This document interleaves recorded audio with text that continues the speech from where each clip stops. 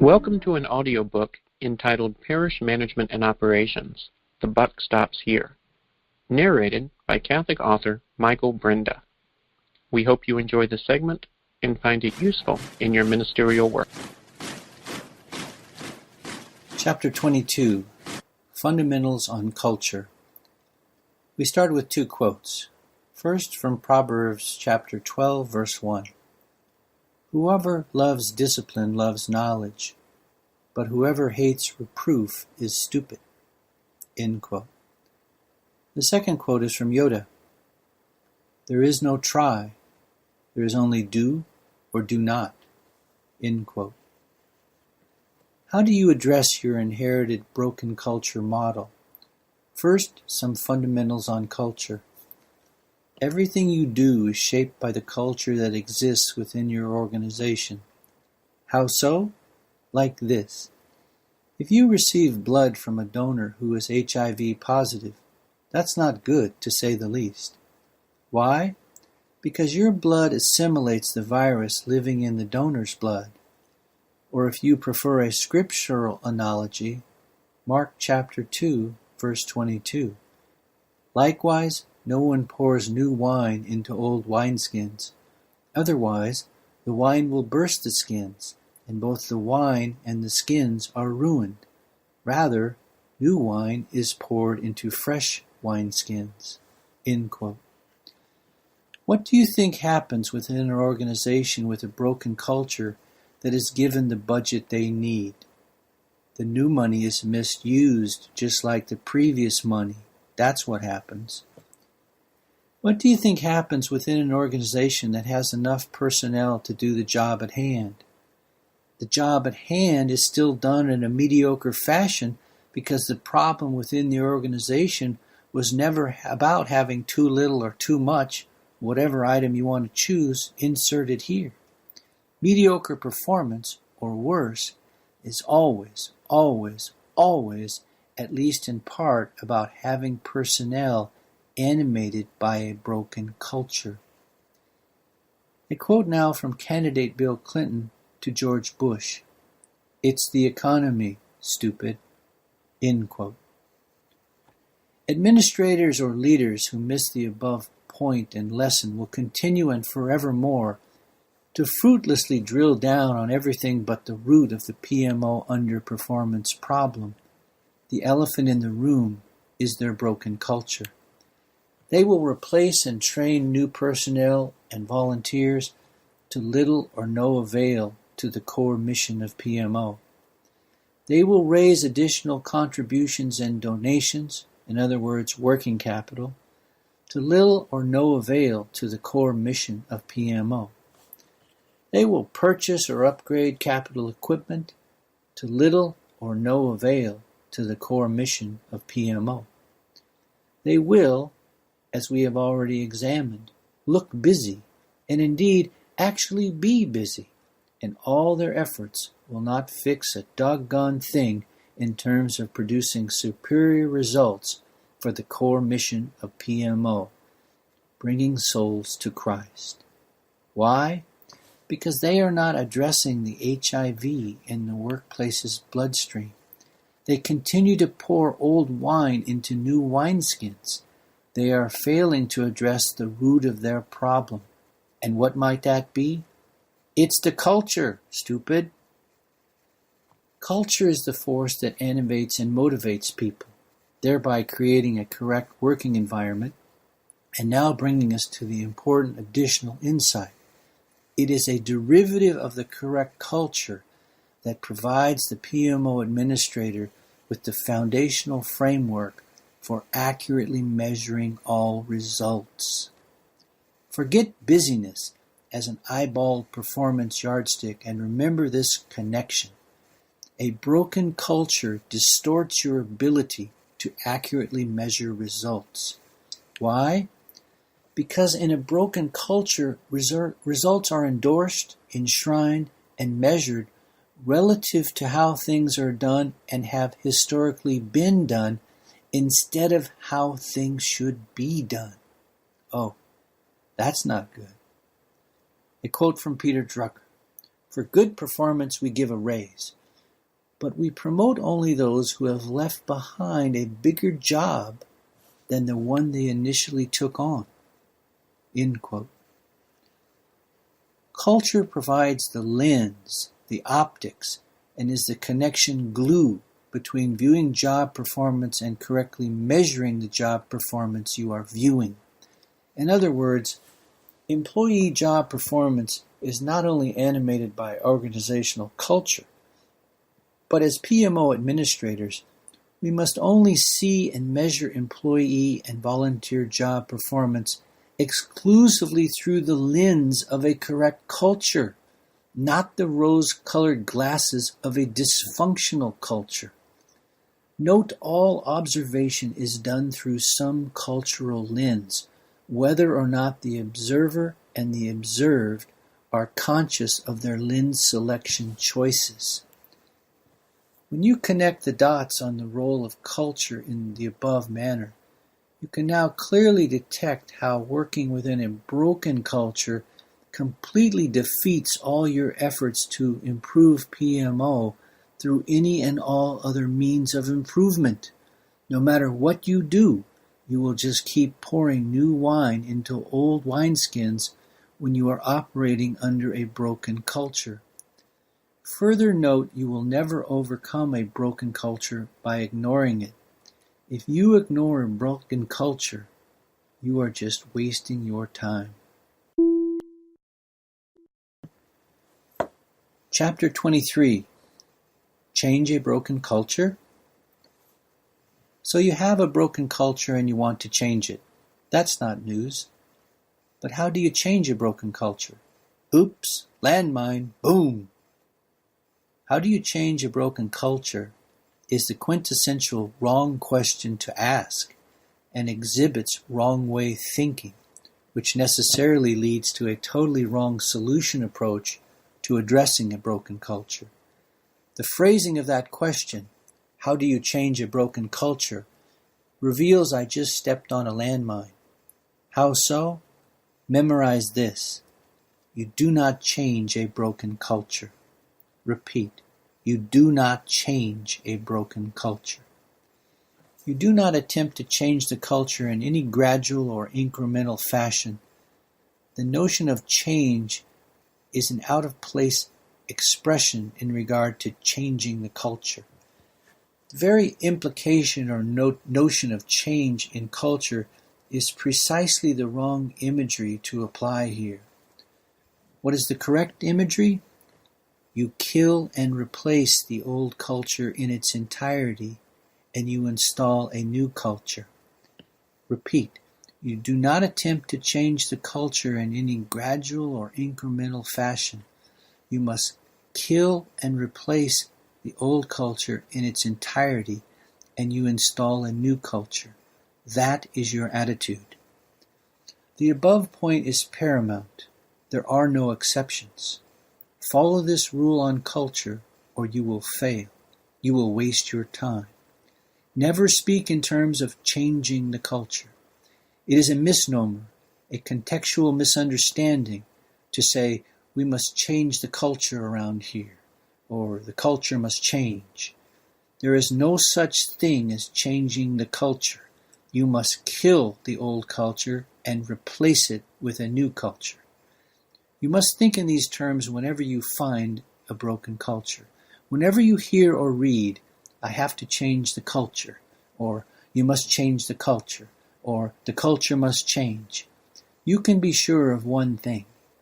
Either the person misspoke, or they will fail to solve their organizational performance problems. As such, perhaps you realize that you are going to become a wee bit personally challenging for the PMO administrator who inherits a broken culture. Because once you have a look under the PMO hood, every trained PMO administrator in short order realizes in their heart they have inherited a broken culture, and nothing remotely close to superior results can be delivered by a broken culture. Choppy waters are ahead, to put it mildly. Why? Keep listening. Chapter 24. on the culture-killing and replacement hurricane. We have established that benchmarking performance, measuring results, making organizational or operational changes, etc., within a broken culture is just a colossal waste of everyone's time and energy. Only from a correct PMO workplace culture can we reveal another critical point. We can only derive a proper working environment and job performance measurement framework from operating within a correct culture. Unless and until the culture is correct, we are by definition in transition from PMO performance mediocrity to a state of superior performance. And the sooner we finish this transition, the sooner we will deliver superior results to the people we publicly promised in our parish mission statement. This transition takes time, usually measured in months in a small enterprise, often but not always exponentially longer in a larger enterprise. And this transition time frame within the organization correctly deserves to be labeled as a bumpy ride, or perhaps a hurricane would be more apt, as felt by those within the organization at the time. Note this internal hurricane turmoil is almost always unavoidable, so consider it normal in that sense. Why? And why does it take months or longer to kill the current culture and install a new culture? 2 reasons.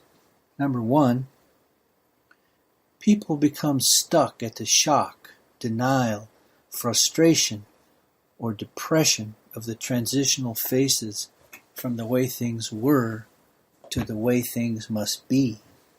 And number 2, in general, most people do not like change, accept change, or quickly embrace change of any kind, much less the attention-getting type of change that is linked to either their ongoing employment or dismissal. A quote from Vincent van Gogh: "The fishermen know that the sea is dangerous and the storm terrible, but they have never found these dangers sufficient reason for remaining ashore." End quote. However, also further note that people fear risk, whether real or imagined, especially if the perceived change might impact their continued employment. And what is the particular perceived risk for the PMO administrator? The risk in the mind of the docile, passive PMO administrator is that all the predictable transitional and internal organizational turmoil caused by change will not be worth the effort in improving PMO service to parishioners. In other words, just leave things alone. Too much personal and organizational stress, too much trouble. I'm not going there. After all, when mediocrity has been the PMO performance standard for years, you become acculturated to mediocrity. Mediocrity becomes your performance norm, your acceptable benchmark standard, and parishioners only come to know mediocrity, not that they necessarily label it as such, as their expected level of service. Consider here the boiling frog metaphor.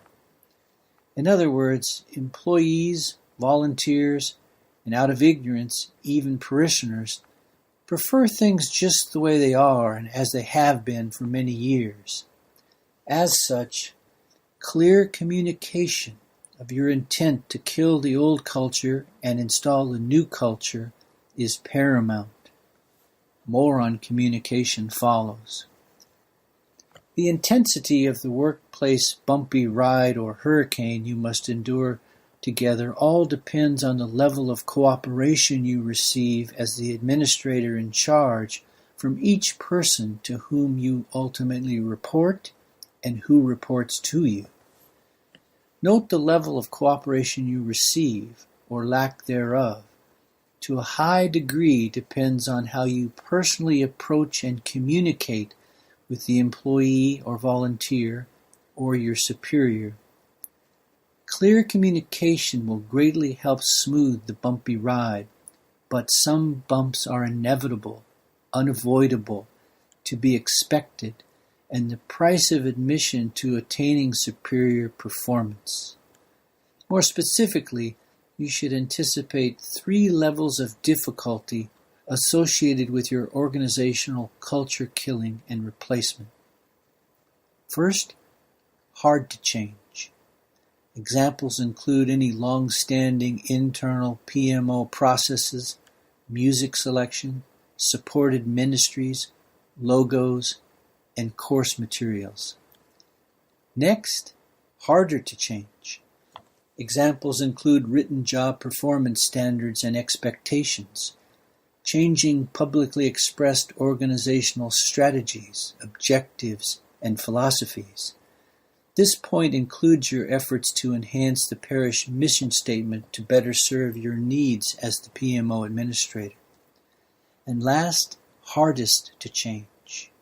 Any deeply held and embedded beliefs experienced as self-evident and unconscious behaviors.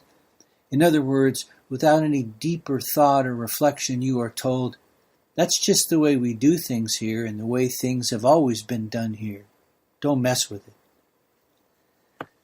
At this point, you should be beginning to sense that if you are not addressing your inherited broken culture, you are stuck with mediocrity or worse until you do.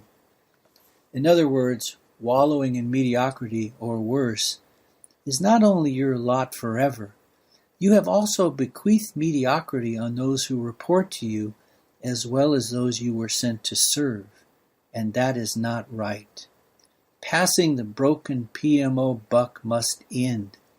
It is irresponsible and immoral to knowingly kick the broken culture can down the road. If you have detected institutionalized, organizational mediocrity, see it for what it is. Do not look the other way as the PMO administrator. To be crystal clear, we are not talking about job performance incompetence. We are talking about deliberate gross negligence and dereliction of duty by the PMO administrator, not the employee or volunteer. The employee or volunteer does not know any better until you kill the old culture and install the new culture. Perhaps you have experienced such frustrating, institutionalized, systemic, organizational mediocrity before. Why is that? The parish, the diocese, or whatever the organization, because this point is portable, has been around for 10, 20, 50, even 100 or more years. What's the story here? Why hasn't mediocrity and dysfunctional performance been sifted and sorted out by now? The reason institutionalized mediocrity exists is because of a broken workplace culture. And a broken workplace culture systemically exists because the previous or current administrator lacks the intestinal fortitude or knowledge, usually both, to do anything about it. Is it just that simple? Yes, it is that simple. At best, staff and volunteers may feel good about their contribution and efforts, but the last time I checked, feeling good about my contributions and efforts was not the proper yardstick for measuring the quality of the actual PMO results that should be delivered to parishioners.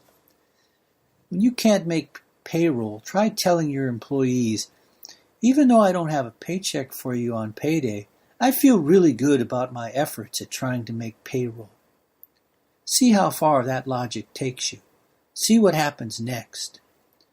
One could make a very strong case, and I am, that behind ignoring obvious PMO mediocrity and providing comfort food excuses for not addressing a broken culture, the root cause of the problem is not incompetence. It is the sin of conscious and deliberate omission of duty. You are being instructed here and now that any chronic litany of "I'm too busy," "I'm too tired," "I don't want to," "I don't like this," "I didn't ask for this," "I didn't sign up for this," "I'm not up for this," "Why me?" and all the other assorted derivative excuses are not acceptable for sidestepping, for ignoring, for failing to kill and replace a broken culture. If not you, who? If not now, when? But how do you do it? Keep listening. We hope you enjoyed the program and will join us back for another show on WCAT Radio. This is Sebastian Mahfood. Good day.